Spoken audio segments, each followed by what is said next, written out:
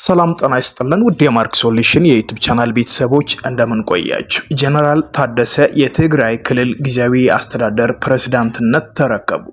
ጀነራል ታደሰ አቶ ጌታቸው ረዳን በመተካት የትግራይ ጊዜያዊ አስተዳደር ፕሬዝዳንትነትን በዛሬው ዕለት ተረከቡ።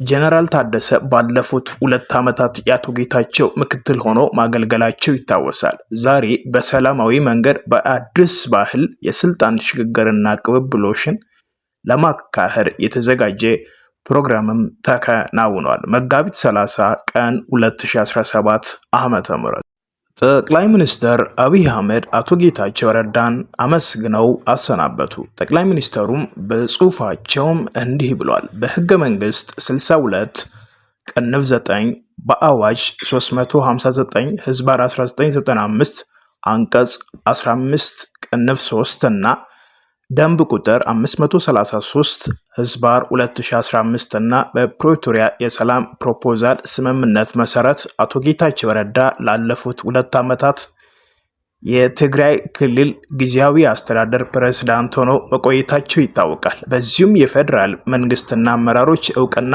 ተሰጥቶታል።